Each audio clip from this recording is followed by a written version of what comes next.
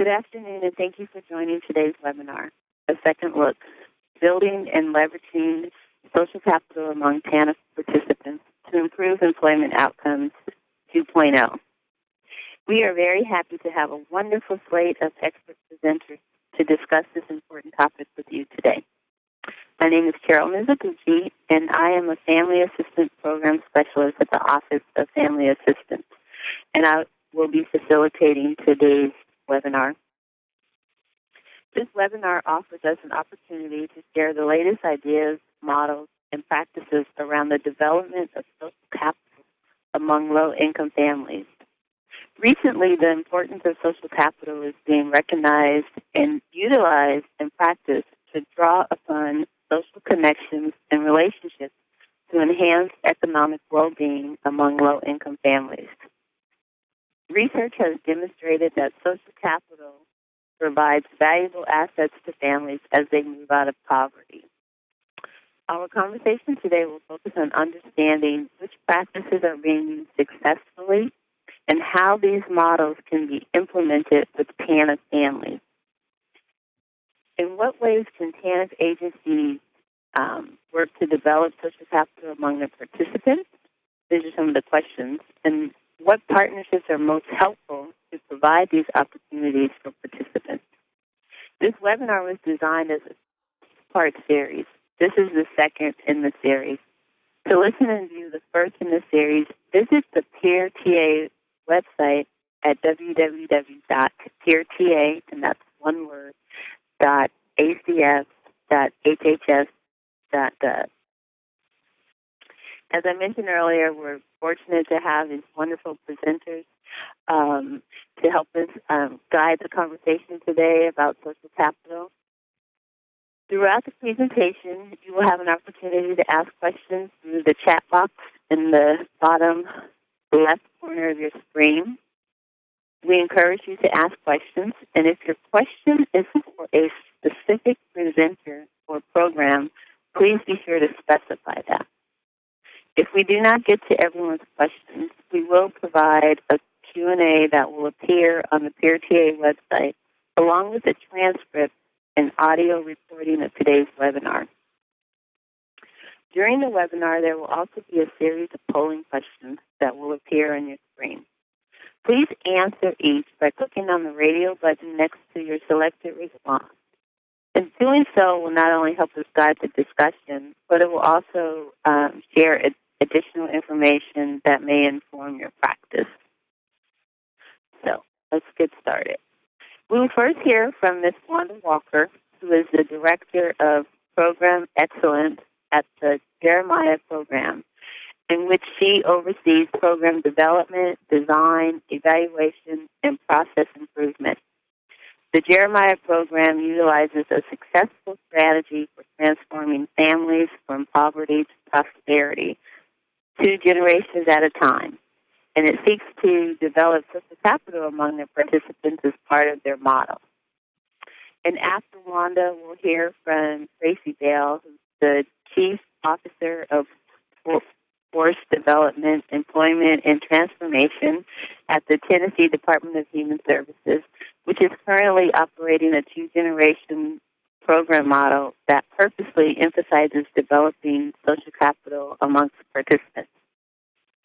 And then finally, we will hear from Corinne Cadet, a 2-gen coordinator at the Center for Working Families in Atlanta, Georgia, which has developed a holistic program that places hard-to-employ adults in jobs that lead to economic independence, and social capital is a key component of the program. Okay, so we'll have our first polling question, and then we'll move over to our presentation. So how familiar are you with the use of social capital among low-income participants?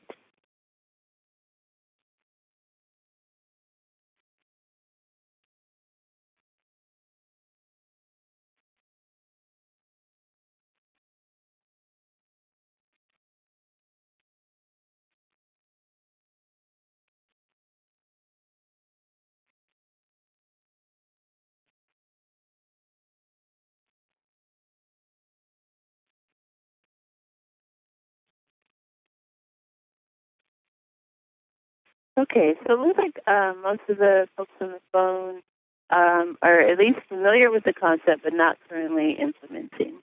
And then there's also a large number that are unfamiliar with the practice. So that will definitely change by the end of the webinar as far as becoming familiar. So thank you for your responses, ladies and gentlemen. And now I will turn the presentation over to Wanda Walker. Thank you, Carol. Good afternoon.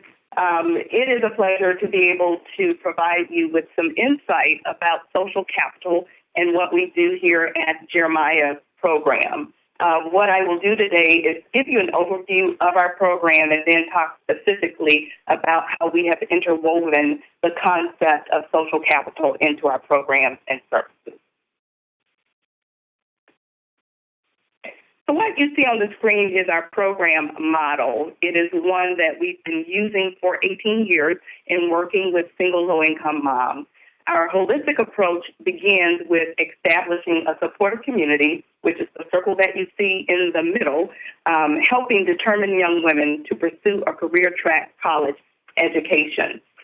We do that by providing programs and services and empowerment and life skills, by providing the safe, affordable housing, and also quality early childhood education. And by providing all of those services in the supportive community, it means that families will be transformed from poverty to prosperity 2 generations at a time.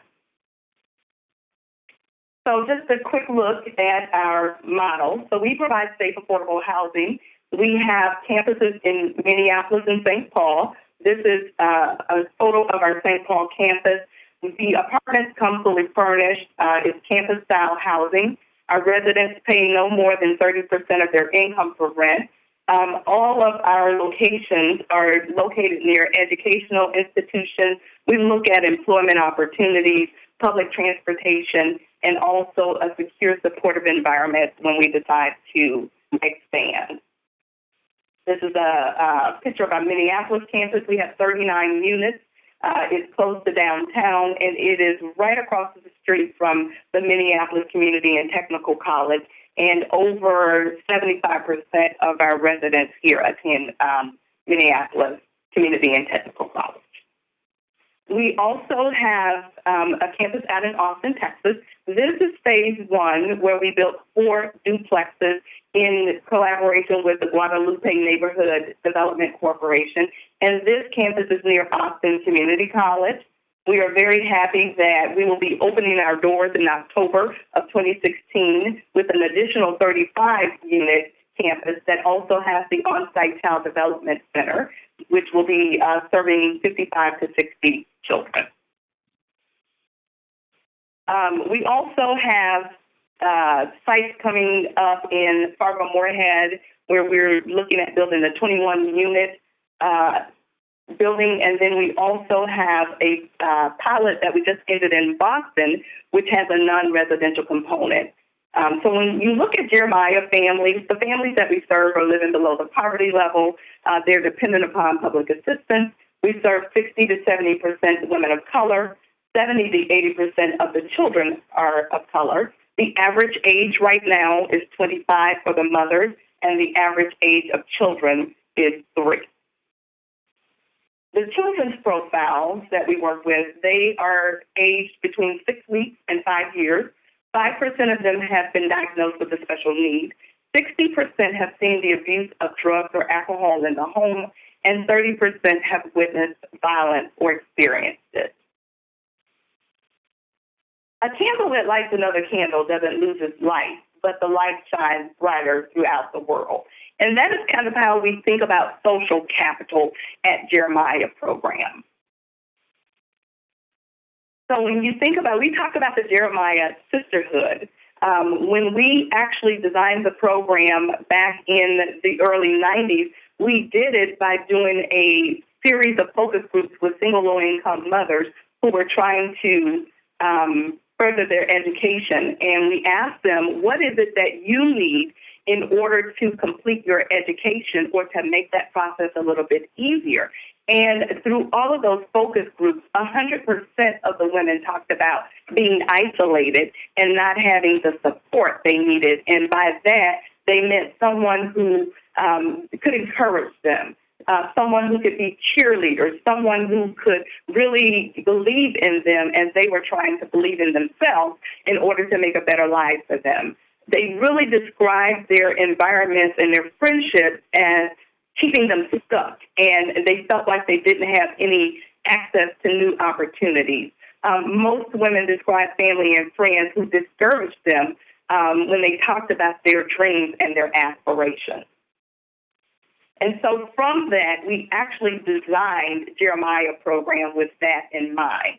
So when we think about social capital and what that means, sharing of information, building trusting relationships, having cooperation and mutual respect, we developed our program through several mechanisms.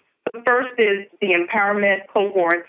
So in our pre-admissions process, the women have to attend a 16-week empowerment course, which focuses on cognitive restructuring and helping them to really discern the fact that they are capable, they are lovable, they are valuable, and that's just because they're breathing. And so with that in mind, that they are able to do the things that they want to do. Once they're in the program, we have life skills classes, and they also attend classes with the women. So that's another way we have intentionally built in that into our design. Resident council is it used to be conducted as an all-building meeting once a month. Now it is really done quarterly, and it can be done differently at the different campuses. But that is a way for the residents to come together, build leadership skills, and to really think about what they're doing and how they want to build their community within each campus. And then informally, as mothers of children in the same classroom and as neighbors as they live in the building. So focusing a little more on empowerment.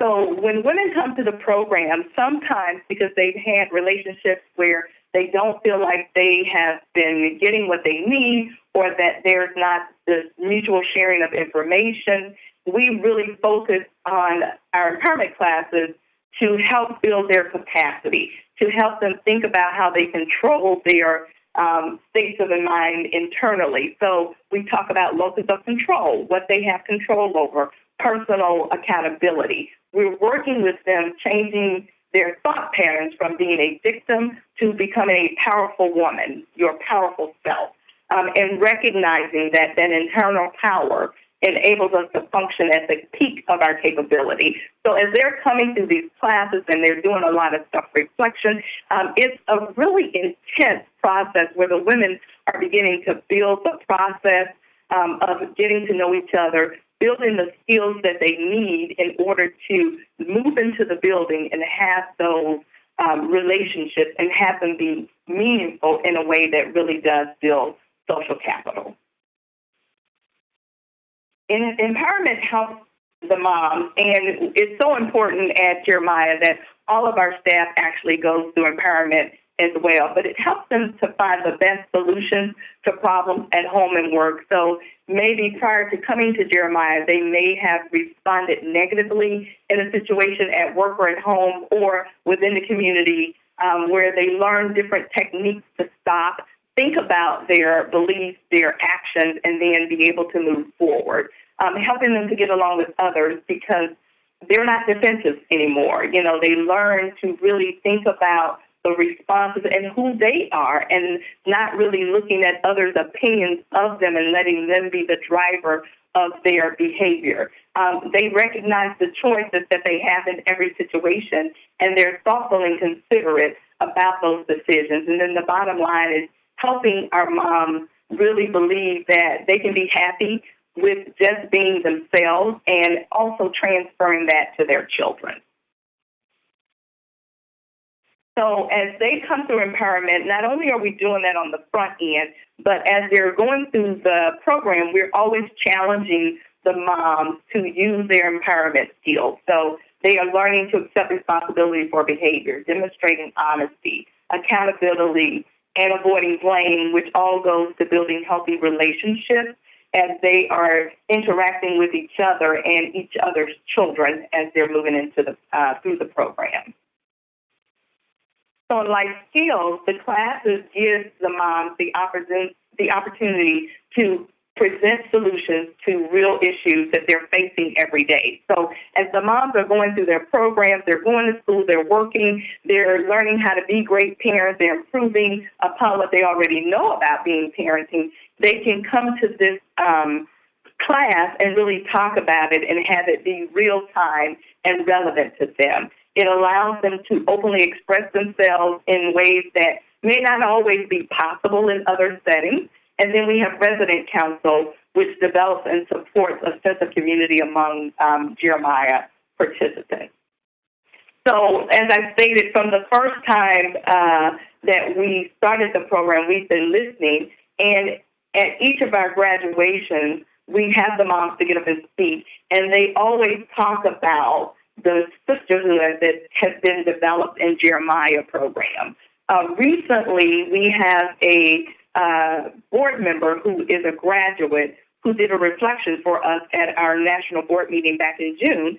And she reached out to some of the Jeremiah program graduates and asked them, what does Jeremiah mean to you? And in terms of social capital, so I want to just read a couple of their responses in closing. So Jeremiah means sisterhood. I think we all yearn for that bond of true sisterhood. We have all wondered, where are my dream partners, spiritual warriors, my girls who write their vision in glitter, the heroes, the storytellers, the ladies who are free spirits, who dance all night and speak their truth, the ladies who cry, laugh, and listen. When we envision our sisters, we know their souls, and we are going to be just as captivating as their outer beauty. And not because their lives have been easy, but because they too have had struggles and sorrows. Yet they didn't sink in their sufferings, they healed through them. Another mom writes, I remember one mom who said something like, Jeremiah means normal. People think normal is a bad thing, but because of Jeremiah, my son can do normal things like play sports and be normal in school. When I think of Jeremiah, I'm thinking of family. I left my family back in Africa. However, Jeremiah gave me a family and a sense of belonging. I was surrounded by extraordinary women that empowered me to be who I am today.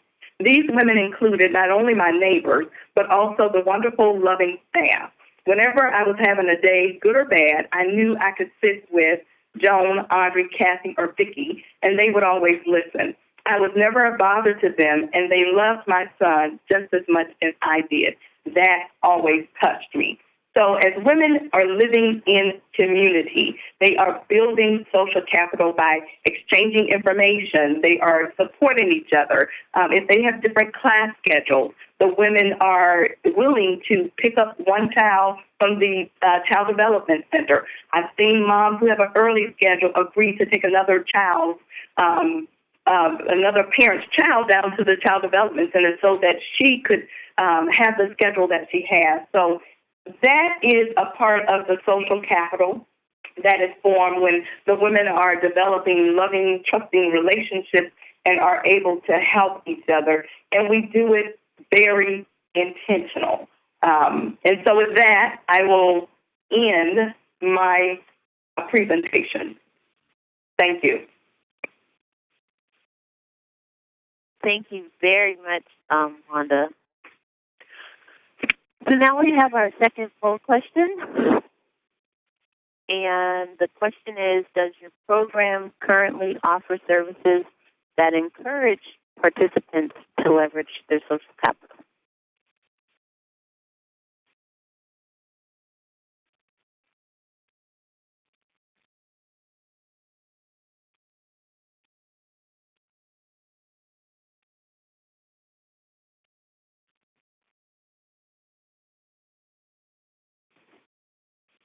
Great. It looks like the majority folks are currently exploring the possibility. So this webinar should be helpful in giving folks ideas. Okay, and so now I am going to turn it over to Tracy Bell. Thank you. Good afternoon, everyone. So my name is Tracy Bell, as mentioned, and I am the Chief Officer of Workforce Development, Employment, and Transformation for the Tennessee Department of Human Services. And we have a different role, I would say a unique one in terms of implementing a 2-gen strategy and leveraging social capital as one of our key points in terms of moving families forward because, we look at it as a state agency, and many times people look at Department of Human Services organizations as the welfare office. But in terms of how we operate, we believe in partnering with individuals to make sure that whenever they leave our services, that they're better off than they were when they first came in to apply for whatever those services were. And so we're big on trying to move families forward, and we've adopted this 2-generational approach as we feel that is the best way to alleviate some of the circumstances that some of our customers are going through and put them on a path to building cycles of success. And so as I get into my presentation, a couple of things that I want us to focus on today. And first, we're going to talk about who we are, and that's Tennessee Department of Human Services as an organization and what that means. Also, we'll talk about where we've been and where we're going. And then I want to talk to you about how to get there. And so in doing that, I think it's first to it'd be good to first mention our mission and our vision. And so the mission at the Department of Human Services is to offer temporary economic assistance, work opportunities, and protective services to improve the lives of Tennesseans. And what's key in that is that we understand that the services that we provide, for one, are temporary. And next, we want to make sure that whatever we provide, as I was mentioning earlier, that we help to improve the lives of those that we serve. And then our vision to be a leader in effectively partnering with human service customers in establishing or reestablishing self-sufficiency to create a better quality of life. And that's key also, especially as we talk about social capital. It's that partnering piece. Because as the first presenter mentioned, social capital is like that network. It's that support system. It's that group that you can go to assist you when there's a need. And by us being a partner, we'd also become part of that network as well. And so in looking at that, one thing I also want to mention about the department is that we consider ourselves to be a learning organization. Our motto is growing capacity, reducing dependency. And the reason being a learning organization is key is because we also understand that we don't have all the answers, that the way that we've been doing things for so long is not working because we're not getting those outcomes that we so desire. So we understand that we have to learn new things, learn to make new techniques, and then we have to adapt how we provide the services that we provide. So one of those things that we learned is that in order to effectively partner with individuals, we have to adhere to a strength-based perspective. And as you can see in the presentation, a strength-based perspective basically means that every individual, group, family, and community has strengths, meaning that you put no upper limit on the capacity of someone, but always understand that they have room to grow and they have things that they can learn. Also, every environment is full of resources, which is also key in talking about social capital because we understand that the environments in which our clients come from, that there are resources there and there are things that they can pull on and things that they can leverage in order to be successful. Now, in Tennessee, all this started some years ago. I say we've been on this journey since about 2011, so just to let you know that there's nothing overnight. And also, we're not there yet. We don't have all the answers. We're still learning, and we're still implementing different pilots in order to gain those outcomes, that efficiency and that effectiveness and outcomes. But we embarked on this journey by looking to create a 21st century human services delivery model. And as you can see, it's all about moving families forward, transformational pathways out of poverty. And in doing so, we've adopted the 2-generational approach. As you can see the graphic there from the Ascend Aspen Institute, as our commissioner is also an Ascend Fellow. So we are at the forefront of this initiative and learning in terms of what a 2-generational approach looks like. And basically what that means is that you focus on the entire family unit. And so there are programs out there that have traditionally focused on the parent, and they might have a child component, or there are programs that focus mainly on the children, and it may have a piece in there about the parents. But in order to be truly 2Gen, we realize that you have to intentionally focus on that complete family unit simultaneously to ensure that all are progressing forward and moving down a path of success, whether that's through education, whether that's through training, whether that's through proper employment, whatever the case may be, but understanding that you have to impact them collectively. And in order to do that, what we did was, so we haven't enacted any new legislation. We haven't asked for any new funding, but we simply changed the way we view things. So everything we do, we view it from the lens of the entire family. If I have a parent come in and they want to apply for TANF, well, we're also inquiring about the well-being of those children. How old are they? Are they in school? If they're not in school, do they have access to a quality Head Start or a quality child care facility? What's their behavior like? We've also provided them with things such as family-focused solutions, which is counseling services, so that we can bring the whole family in and kind of talk about what are some of those issues or barriers that are keeping you from being successful. And a lot of times you have to dig down into that root cause in order to impact the lives of those that we serve. And so we understand we have to take a full view, full look into the family to make sure that we're meeting all of their needs simultaneously. And this right here, this slide here is just an overview of a few steps that we've taken and steps that we will continue to take to be rightly aligned with our two generational efforts. And so one thing that we started doing is that, for instance, every parent that comes in for our Families First or our TANF program, we sign their children up if they're between the ages of birth and 5 for the Imagination Library. Imagination Library is from the Books from Birth Foundation, and what that does is it sends the children free books every week for a lifetime. Until they're 5 years old. And we can't make parents read to kids, but what we can do through giving them free books is encourage that happening, right? So that's taking a two-generational approach. So we can't be in the home, but if you continuously get these books, the likelihood of you reading to your kids, it increases immensely. Also, what we've done is we have something in Tennessee called the Drive to 55, and that's where our governor has stated that by the year 2025, he wants 55% of Tennesseans to have a post-secondary certification or degree. And in doing so, he has made it to where kids coming out of high school can attend a community college or a technical college for free, last dollar scholarship. And what we've done as a department, being that this opportunity is available to them, we reach out to high school seniors going into their senior year, and we talk to the parents about this opportunity and let them know that this opportunity is before you, and you can sign your child up to go to school at a 2-year institution for free. And so just last year, we signed up over 700 youth that were on our TANF caseload to college.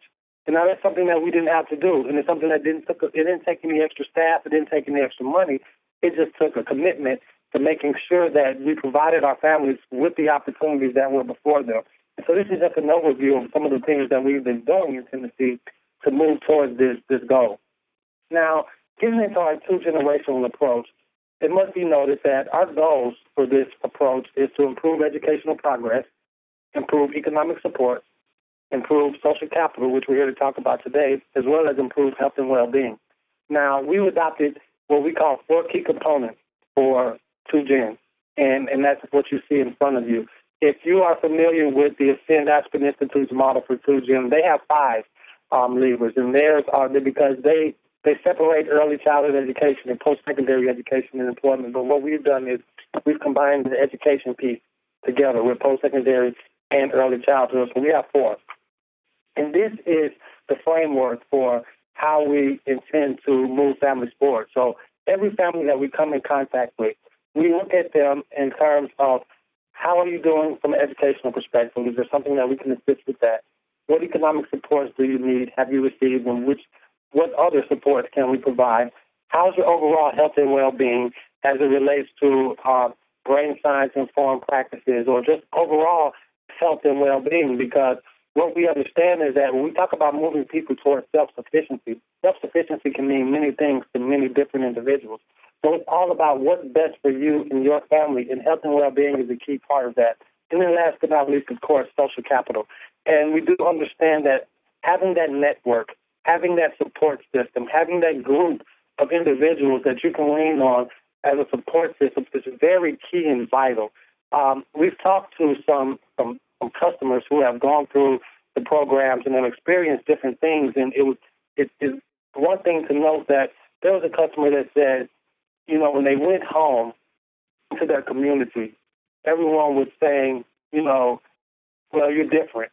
You're not the same. Because this person was motivated. This person was trying to go to school. This person was trying to get a better job. And then they felt like they were an outcast. They felt like the people that should be there supporting them were no longer supporting them and looked at them through a different lens. And so that was telling.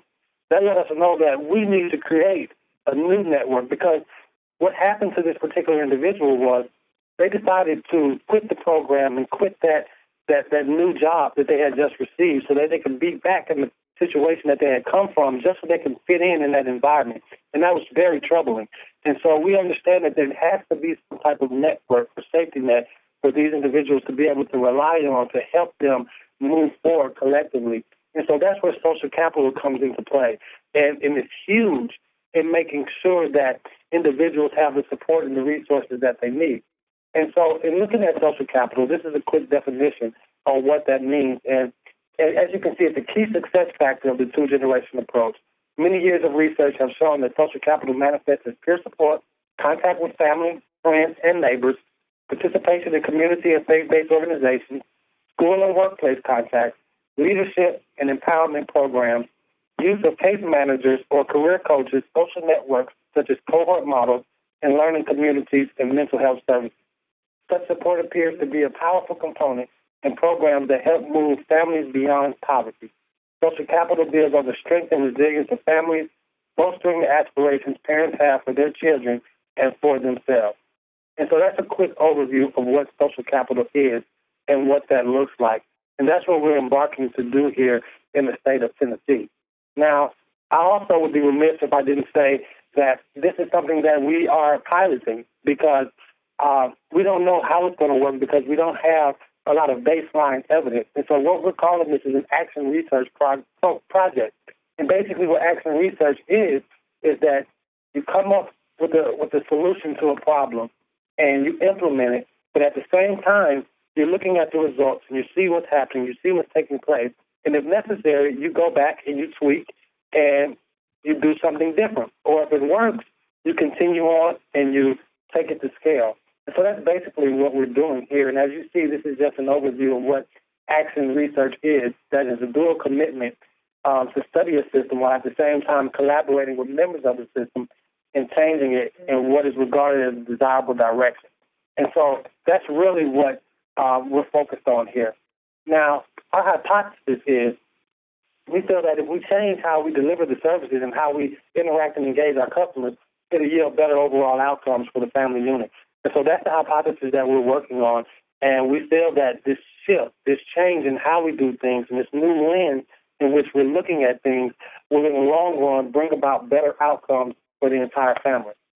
Now, what I have here, and I'm not going to go through all of this, but this is just to show you some of the things that we've put out in terms of how to implement 2Gen. And so these are, this is almost like a program manual, a policy manual for our client representatives who are our frontline staff and our TANF individuals in terms of what they have to do for those that they serve.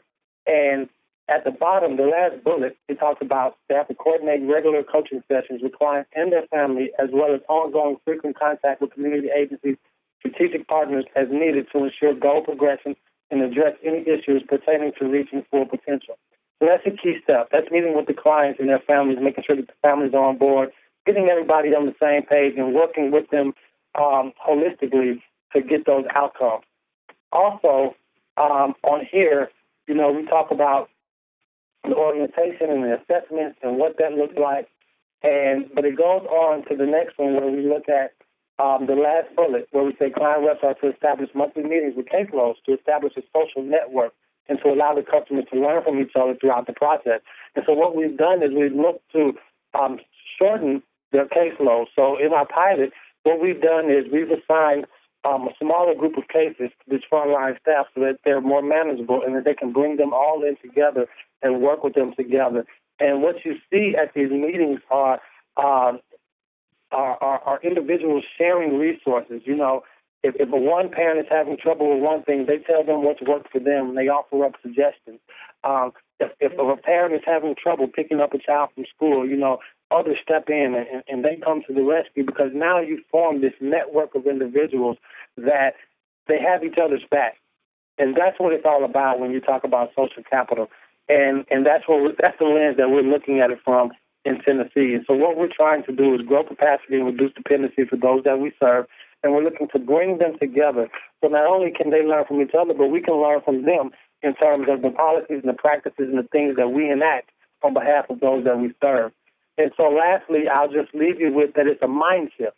It's a mental paradigm shift in doing this work. Yes, ACF has brought down the 2Gen IM. They've given us a lot of guidance on how to interact with the customers that we serve. And it's been great in terms of a resource for us to be able to move forward. But I will also tell you that it's a simple mind shift in how you look at those that you serve. What are some of the ways that you can impact them differently? What are some other avenues that you can enter into their lives in order to assist them? Now, it's not about being big government, but it's about making sure that the resources that they need are available and that someone on the other end, that they care and that they're looking out for their best interest and connecting them with the right resources to make sure that success is indeed possible. And with that, that's the end of my presentation. Thank you. Thank you so much, Tracy. Okay, and so now we have our third and final polling question.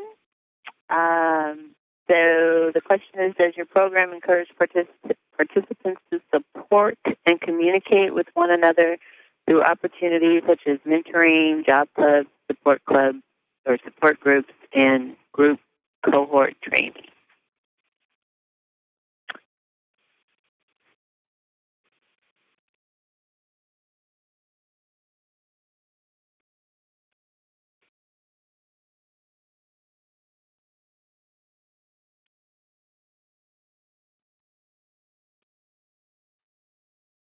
Okay.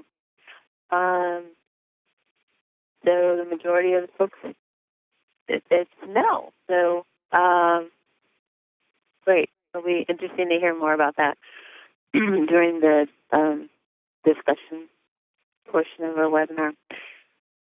Okay, and so now at this time, we will hear from Corinne from the Center for Working Families.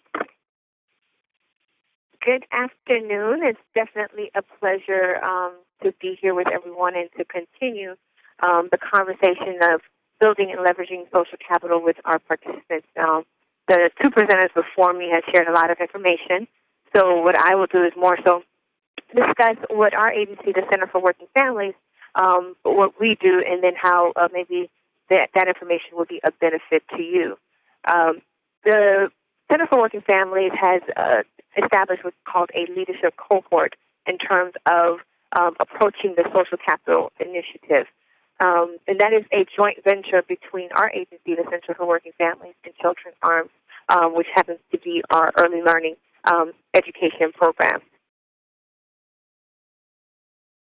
So our mission here at the Center for Working Families is to advance the economic success for hardworking families and their children through workforce development, economic support, and asset building.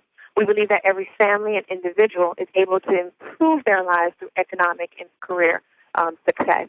So our desire is to put in place certain programs and activities that's going to support workforce development, that's going to give the skills that are necessary for the families to continue to earn higher wages. We also put in different programs and activities so that the children are also supported, and that's through our Family Economic Success Continuum. And what we've noticed with the population that we serve here in the Atlanta area is that we have about 53% of our children under 18 living in poverty.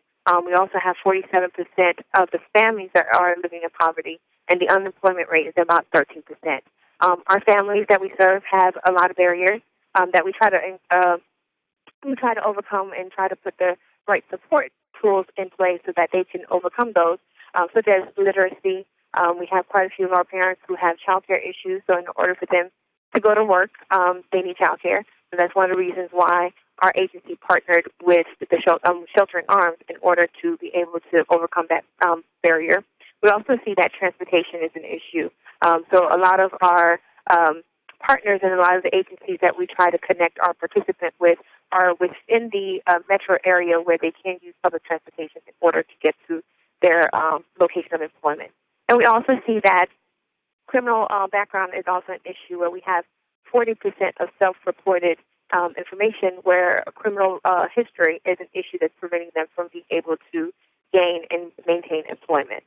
So what we try to do to assist with some of the literacy barriers is to provide GED classes that's free of charge to our participants, and they register once they go through our orientation and intake process, and they indicate which part of our programs that they're interested in. We try to plug them through those different services.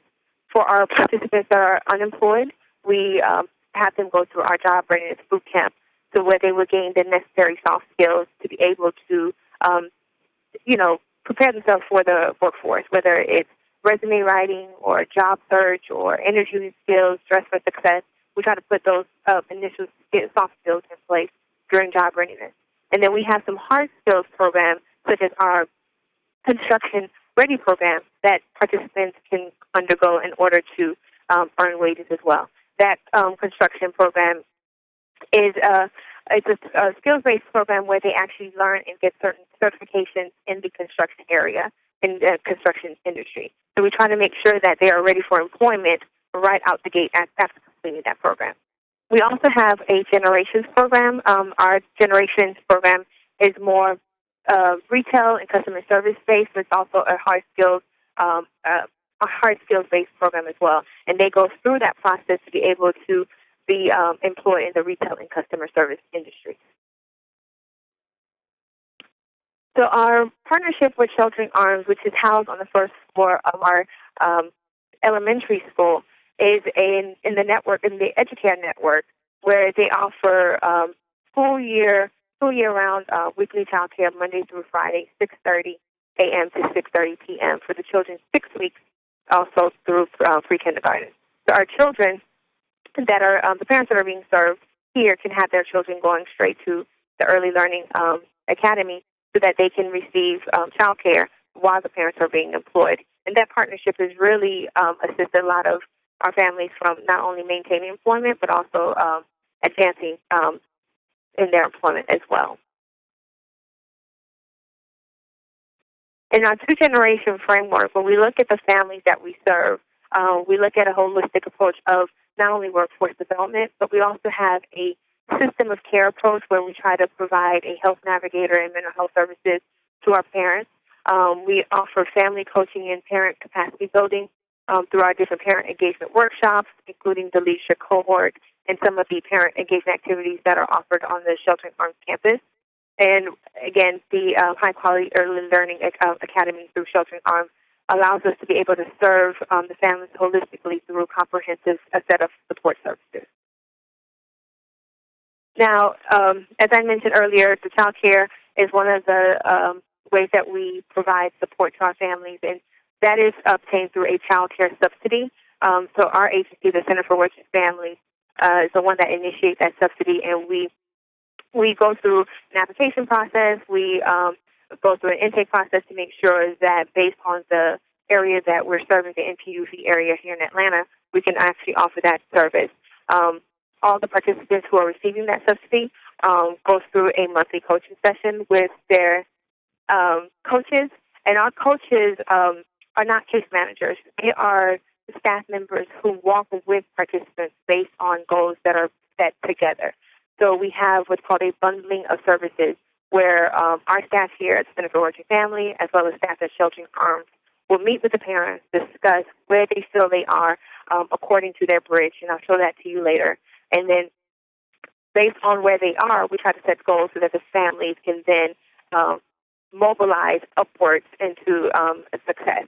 So because of the coaching services and support that they receive, they're able to kind of evaluate the goals that are being set, as well as to evaluate where they would like to, move forward in terms of their employment or even services and support that both agencies offer.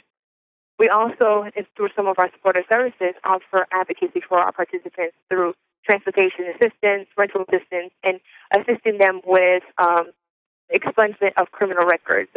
We have a partnership where if that is an issue, that we can connect them with our community partner for them to hopefully get their record expunged. And then when I discuss a little bit later about our parent capacity building social capital program, Sheltering Arms has an all-pro dad program where, an IMOM, where parents go through those programs and learn different skills to work with their kids.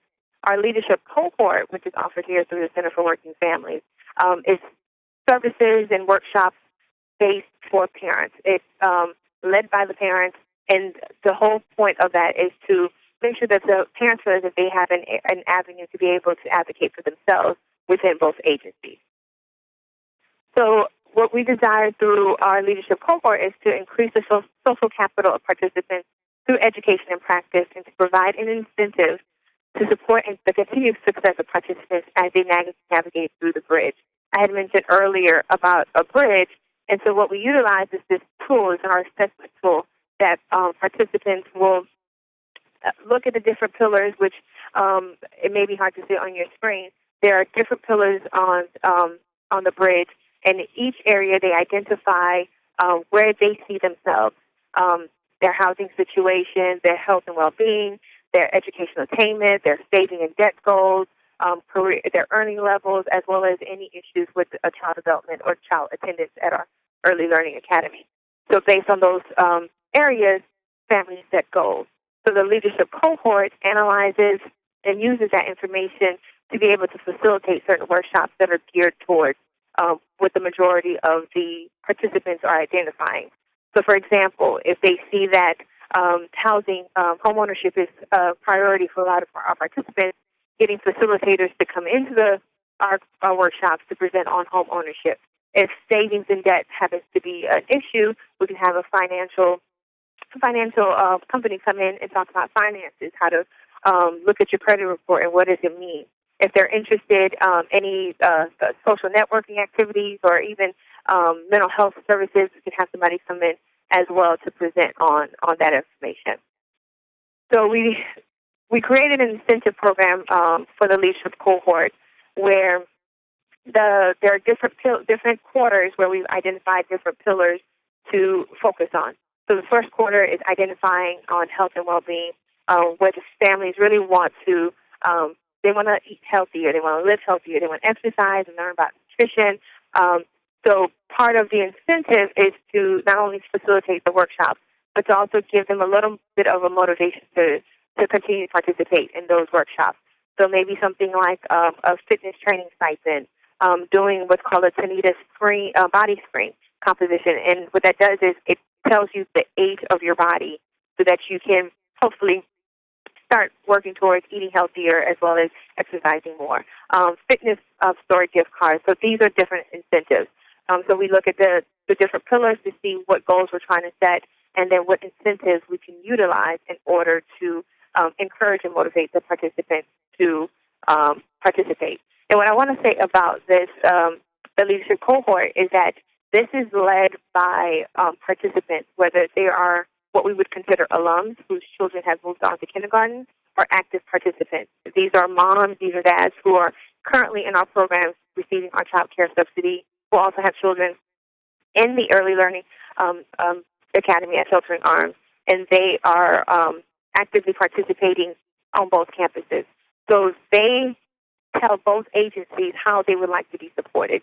They share their ideas in terms of what they feel as if is their need, and then we as both agencies come together to see who can we have come into our programs in order to support their desired goals and objectives.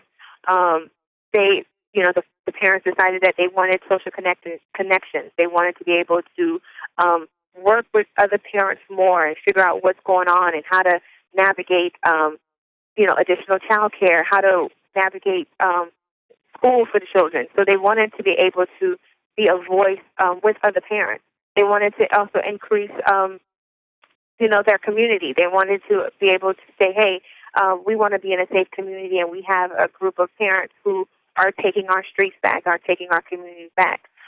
So we've decided to host our monthly meetings, as I mentioned earlier, facilitating our workshops, and then offer giveaways and raffles as a way to continue to incentivize our leadership cohort. prior to me coming to the Center for Working Families, there was a program called Community Connectors Program, and that program offered women the opportunity to be mentored by professionals in the community. And so those individuals who were able to be in the Community Connectors Program would be able to network and share ideas and ask questions to individuals that may be in the same line of work or potential line of work that they had. And that was definitely a pilot program that the women really, really enjoyed because they had the opportunity to kind of see where they would possibly go in life and in their career. And that really motivated them to not only network within our agency, but also to be advocates for themselves in the community and through some of the programs that we're initiating as well. So our leadership cohort is definitely a powerhouse for the work that's going to be done in terms of social capital for our participants, because the advisory board is very passionate about making sure that the parents feel supported. They believe that parents have a voice, and they are using that platform to advocate for those parents. So I'm encouraged by the questions. I'm encouraged by the conversations that we have about what could and could not work. And I'm definitely encouraged by the questions that I'm able to bring back to my superiors to say, hey, this is what I'm hearing. What can we do to support our parents as they continue to grow and increase their economic success? So hopefully this information has been beneficial to you. I think between the three presentations, we've touched on a lot of different areas how social capital can be implemented on your different programs, and I look forward to any additional questions that you may have.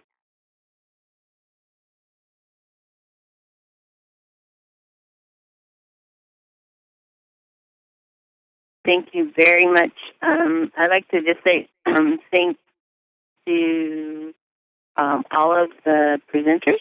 You provided a wealth of important information that we'll be able to use in our work with TANF. And so at this time, we are going to open it up for questions. And remember, if you have a question for a specific presenter, please indicate that when you write out your question. We do have one question. The question is, has there been any progress, and is there any timeline on the updating of TANF rules? Right. And, so I've been staring at that question, and I'm not really sure what they're asking, but as far as, I don't know if it's a question about the TANF reauthorization, but the answer would be no, there's no progress there. And it's also maybe perhaps they're asking about if there's any updating to the rules to reflect kind of the 2-gen approach, and because I know, it requires doing work differently, and so the answer to that question would be no as well. I have a question for Tracy. Tracy, you talked about, and I appreciate you stating that there is no new legislation, not a lot of, new resources, but really it was about this mind shift. And so just really changing the paradigm as far as how people provide services. And so I just wondered if you could talk a little bit about, how do you make the mind shift as far as with your team, and, what are some of the things that had to happen in order for you guys to make the shift? Very good question. And so that is, well, as I stated, we've been on this journey around 2011. And so that just goes to show you how long a process like this takes, especially when you're talking about shifting mentalities and not just creating new rules or policies and things of that nature. So what we've done is what we call internal capacity building. And we have trained our workers because, like many other states, right, you have workers who are not social workers. They're there to work on cases. There is a a huge transactional component in the work that we do, meaning that it's about entering data into a system and allowing the system to determine eligibility and then doing what you have to do to stay in compliance with the federal regulations. And so that's been the norm, right? So what we've done is we have looked to build the internal capacity of our workforce. So we've trained them on a number of things. And for one, we started off training on the history of social welfare in the Jane Addams movement and all the things that she did back then around creating that social welfare space and the importance of it. So we talked to them about why you're here and the difference that you can make. We also trained them on, the strength-based perspective. We brought in people from the Christian Women's Union who are leaders in the brain science and poverty focus. In the last speaker just showed the bridge, that they use, and we have a similar bridge that we use that we've adopted from them. But they came in and did a 2-day training for our staff to learn, what the impact of poverty can look like and how to mitigate that. So it's not to say that people are damaged, but what can we do as an agency to help mitigate some of those issues and increase those executive functioning skills that might have been underdeveloped due to long-term bouts of poverty. Also, we trained them on motivational interviewing. We brought in a professional that did another 2-day training on motivational interviewing. And I say we brought them in. We bring our frontline staff from across the state, and we bring them into this ballroom. We rent out a hotel, and 2 days jam-packed full of training and interactive activities. We've also trained them on the transition to success model. And then, of course, we brought in the Ascend Action Institute and have done training on 2 generational approaches and what that looks like and what that means. So it's constantly inundating them with this information and slowly changing how you do business and what those expectations and those outcomes that you're looking for are. And so now we've changed our what we call our IPPs, our individual performance plans, and there are different things in there around your transformational efforts. So it's not that we're still grading them on the amount of widgets that you can get done, but it's about what are those transformational change efforts? What are your cases looking like? What are the outcomes for those individuals that you're serving? So it's about changing that culture. And John Cotter, he has a book, 8 Steps to Lead and Change, and that's kind of the model that we follow. He talks about creating a sense of urgency, and then getting people on board, creating that coalition, and then he talks about generating those quick wins. He talks about incorporating that change into the environment and making sure that you sustain that change. And so those are all the things that we've looked to do to create a different workforce so that we can get the outcomes that we're looking for. Okay, great. Thank you. Okay, and here's a question just for all three, and we can start with Wanda.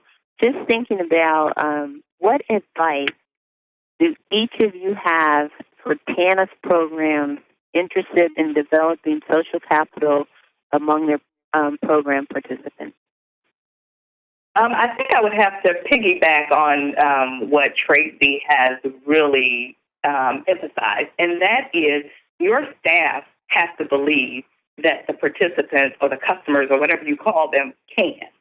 So that's the mindset at Jeremiah. Like, we truly believe that every family has the capacity and the ability in a supportive community to be successful and to have their lives transformed. So really wrapping our minds, I always say I want heart-working staff, and I'm talking about HEART and not HARD, because I need for people to believe in their hearts that can really happen, because that makes all of the difference. So, I've had the opportunity to do some work with the Tennessee Department of Human Services, and they're doing a tremendous job. So I think that's a key component of having your staff to understand that and take the pain and take the time to get them on the right page to begin to change that mindset.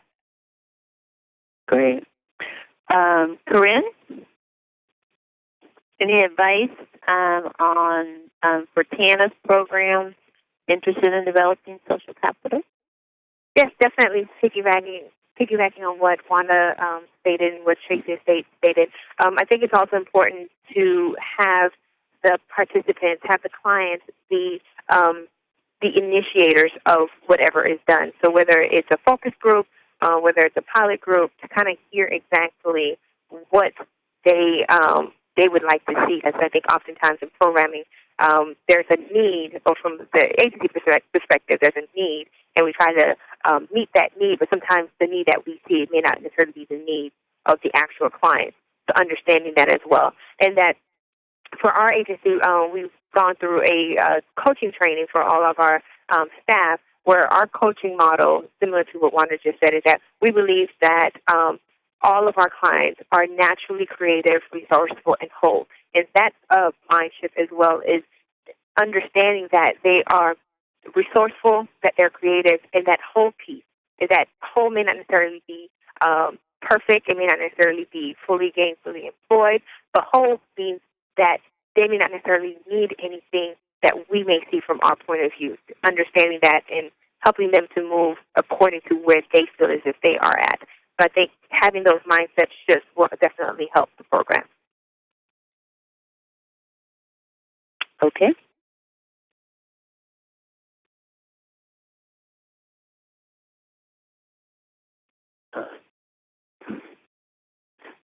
So we have a question from one of the participants, and I'm actually trying to click on it so I can read the entire question. It says, for a variety of reasons, we have a number of participants that are within 200% of the federal poverty line, but refuse to accept critical state, federal aid because of the stigma they perceive. And it's just, do you have suggestions how, and maybe it's cut off, so I can't read it all, maybe it's suggestions on how to encourage them to reach out for services. Oh, can you see the whole thing, Jennifer? Yes. It says, for a variety of reasons, we have a number of participants that are within 20% of the federal poverty line, but refuse to accept critical state/federal aid/TANF because of the stigma they perceive. Do you have suggestions as how we could change or create support groups that would help normalize accepting help during the time that they are pursuing their degree with us? Many drop out because they simply cannot juggle multiple jobs, parenting, and their education, and despite coaching to accept state aid for only a temporary time, they don't, and the result is that it ends their education. So this is Tracy, and I guess I'll take the first stab at that question, if that's okay. We've seen this a lot as well, and the reality is, yes, there is a stigma associated with the benefits that we provide, and everyone is not going to want to come and get on the program. And so what we've been trying to do is see how we can impact low-income individuals who might not be on TANF or might not be on SNAP, and assist them with getting the help that they need. And one thing that has come down from ACF and the IM round 2 again is that you can provide assistance for low-income individuals who might not necessarily be on TANF, because as we know, TANF is a prevention program. And we do understand the stigma that goes along with that. And so we are trying to create ways for people to get the help that they need. For instance, a lot of people that have, come on TANF, they don't necessarily want to be on TANF. They're probably trying to work or go to school and don't have the time for the activities and things that go along with that, but they desperately need the child care. And so what we've done is we've gotten a small pool of money to where we can provide child care to low-income individuals that might not necessarily want to come on the program. And we have seen that help in their job development and their educational attainment. And also, back to the question at hand, when you're working with someone and the obvious answer is to accept this assistance, because if not, you might not be able to finish, I think it's all about encouragement. And that's why we send our workers through motivational interviewing, because it's about motivating them to want to make that change and showing what the results of not making that change will look like in the future, and try to offer up that encouragement. But you can't make everyone do everything, right? So you have to try to come up with alternative solutions and ways to help outside of the historical norms? This is Wanda. One of the things that I would suggest, all that Tracy said is absolutely correct. So when we have moms who start off empowerment who may not be receiving public assistance that they are definitely eligible for and are not taking advantage of them, using the 2GEN framework, when you begin, we have them to focus on what do they want for their children, because a lot of times the families that we work with, the moms put themselves aside, but they will be very motivated for those children. So when we start talking about, how the benefit of receiving those public assistance programs can help their family be stable and can help their family be better and ultimately impact their children positively, we see a change. And, of course, we're saying to them, this is not forever. This is temporary, but it's what you need for stability at this time. We do see a change in the mindset and also just encouraging that they are capable. Receiving public assistance has nothing to do with their value. It has nothing to do with who they are and what they can become. And I think that is a message that we have to keep reiterating as they come through the program, because for so many years they've had negative messages, out in the community as well in the political realm that, receiving this is negative. So that's what we fight against, but we can normalize it as a benefit that helps the family move through this transition to prosperity.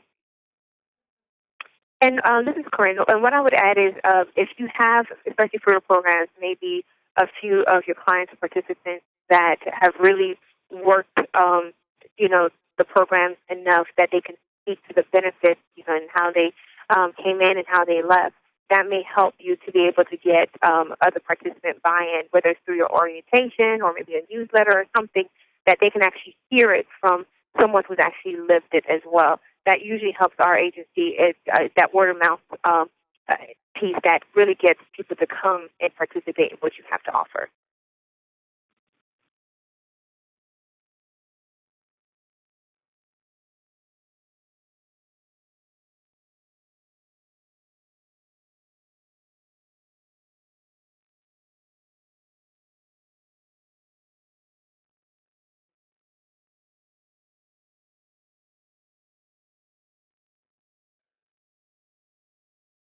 So I was talking, guys, but I was on mute. Sorry.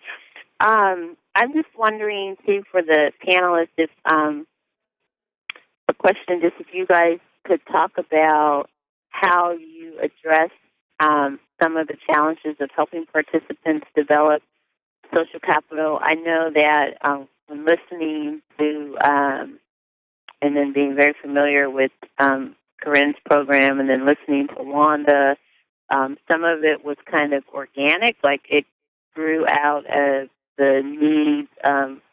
The participants identified these needs, so you were able to basically be responsive. But when just thinking about TANF programs and being state agencies and the whole bit, I'm wondering if you have some ideas for folks on the phone about how they could address some of the challenges in helping participants develop social capital. This is Wanda with Jeremiah. I think one of the things is really explaining what social capital means. Like, that's a new word, and it's not a word that our participants actually even know what it is when stated in that way. But when we begin to break it down, and we're like, how many of you have a neighbor that you trust that would, in an emergency, take your kids somewhere? So we begin to normalize it and talk in a language that they understand. And then, for example, I do a lot of the evaluation. And when women move in, that can be so isolating if no one's there to welcome them. But I started asking the question of the participants, what prohibits me, Wanda, as a new participant knocking on your door, Ann, and introducing myself or vice versa? And what they told me was, Ms. Wanda, we don't know how. So a lot of times we think it's simple. So I actually built that into the curriculum. So in our life skills curriculum, we actually have 2 sessions around sisterhood and building social capital and naming it so that they begin to understand the broader language, but also explaining and defining it in terms of Jeremiah. So we ask them, what are some ways you can demonstrate sisterhood or build your social capital? And we ask that in the context of Jeremiah. In the community that you came from, in your school setting, because they're in college or where they work, and so that they are able to then apply that concept, and then we teach them how to build those skills. I don't know if I would be able to add any more to what Wanda just stated. It is about the language, how sometimes the programmatic language that we have for within our agencies does not translate well to the actual participants. So we want to make sure that however we communicate our services and our programs and what our intentions are, that it comes across in a very real and authentic manner. And I think being able to just give them examples as well as Wanda mentioned is very impactful, to be able to have them see exactly what it is that you're trying to hopefully have them live out. And I think for us, along those same lines, I would have to agree with both panelists. But also I think it's about being transparent, right? And what we do is we have what we call these community connections, where we come in and we bring in the individuals and we hear from them. You know, what are you lacking? What are you missing? What are you needing? And then we try to make sure that we address those things. And then in terms of the verbiage and how we speak about things, we're working with the Frameworks Institute in order to develop our messages in a way that it gets the message out there, but also it doesn't play into the myth in terms of what social services or human services means.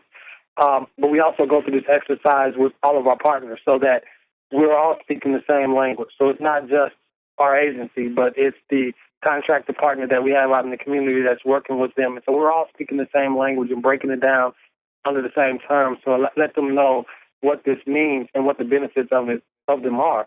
And basically, like they said, hearing from them, knowing what those needs are, and then just asking those pointed questions. You know, what's stopping you from doing X, Y, or Z, and how can we assist in that? And you'll be surprised how quickly they take to these concepts, because nobody wakes up and says that they want to be poor. Nobody wakes up and says they want to be marginalized or disenfranchised. But these are the positions that they've been in based on, you know, circumstances or, you know, whatever the case may be at the time.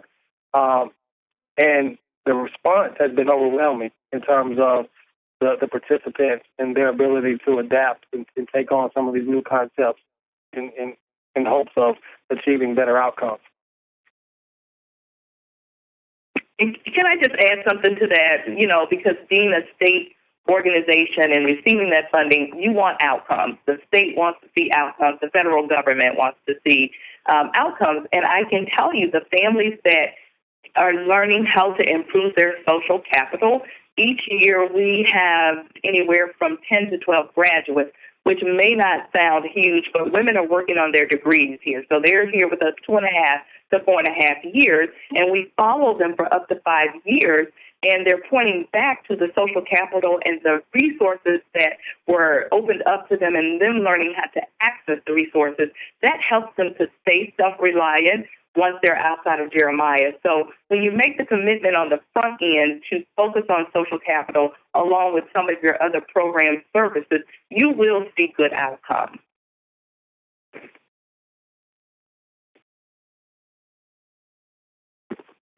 Great. Thank you for those responses. So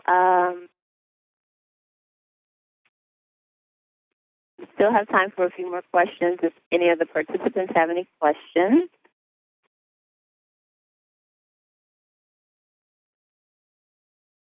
So I guess if we don't have any questions from the audience, well, I'll just ask that each of the presenters, like if there's just one last thing that you really would like for participants to know or to think about, if you have a word of advice or something that you would like to share. So I'll start with Tracy this time. So Tracy, if you any last thoughts that you would like to leave our webinar participants with? I would just say that as you embark down this road to implement any of these new strategies in reference to 2Gen, that just know that it's uphill climb, but it's something that can definitely be accomplished. I think one thing that is key is employee engagement. This is not something that we can do from the top and kind of push down, but we had to bring the frontline staff in and make them a part of this new way of doing things, because what you don't want is for it to be a new practice or a new policy or a new desk guide in terms of how to do your work, but what you want them to understand is the impact that we're looking to make for those that we serve and how they play a role in that. And it's not for everybody. It's not. You have to have a heart for this work, but you allow them the ability to self-check themselves to see if this is really what they want to do and if this is why they are here. And you also get that buy-in in terms of what are some ideas of how to make this happen. We have all of these ideas about how social capital can work, how health and well-being needs to be addressed, or how we deal with the educational piece. But the people on the front line who do the work every day, they have great ideas. And I think it's worth hearing. It's worth listening to. Strategy sessions, I think, are key. And it takes time. It's not something that's going to happen overnight. But if you put in the work, establish the foundation, I think that you can definitely go far and achieve those outcomes that you're looking to achieve, because at the end of the day, it's all about moving families forward. Okay, and so thank you very much, Tracy. Wanda? I would say start small, start with someone else, but start. If you go to the Aspen Institute's website, they have an outcomes framework guide that is there about, how to really implement the 2Gen, but looking at outcomes. So it's important, to know that it is an emerging process in the field of human services, and more people are understanding it. We've got participants here who want to learn about it, but the next step is moving forward and doing something, whether it is committing to have a conversation with your client base on how can we do this. But start small, because it is a lot that is involved, and it can be complex, and that can become overwhelming. But if you take one step at a time with the vision of having something long-term, either be 2Gen or the social capital piece, I think that makes it more realistic for you, and you would end up doing it versus not doing anything. Okay, and then Corinne. Thank you, Wanda.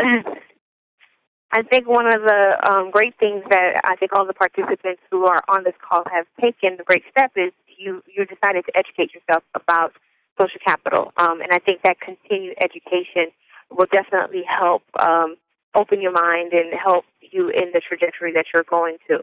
I think Tracy said it earlier, it's not an easy process to be able to shift, whether it's shift your own mindset or shift for the agency that you work for, to shift their trajectory in terms of how they serve and how they support, how they embrace social capital.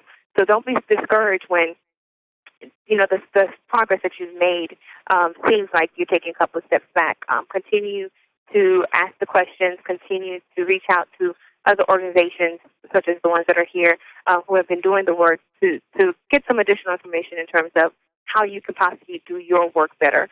Recently, I was part of a site visit where we were trying to evaluate the program to see how we can incorporate some of those activities, and the CEO talked about the North Star, and that made an impact for me, because within our agency, within any agency, you have to know what the North Star is. What is it that we're targeting, and how is it that all of our program aligns itself underneath that North Star? So if you know what the North Star is for your agency, line yourself underneath that, line your activities underneath that. I think you'll be able to go far.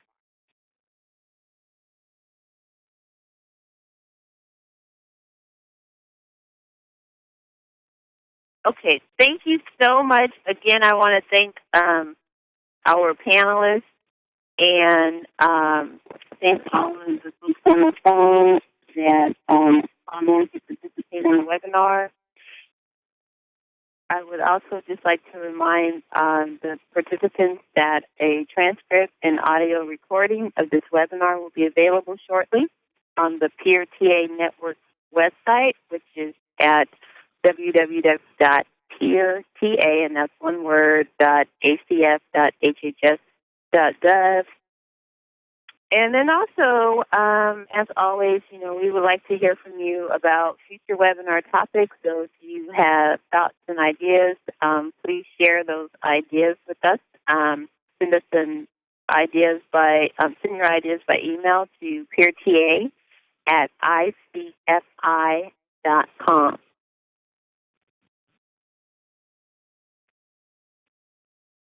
And we are interested in expanding our network and our reach. So please direct your colleagues from your local and state networks and agencies to our website. And remember to provide us with some feedback at the end. There's a survey, and so if you could please participate in that, that would be great.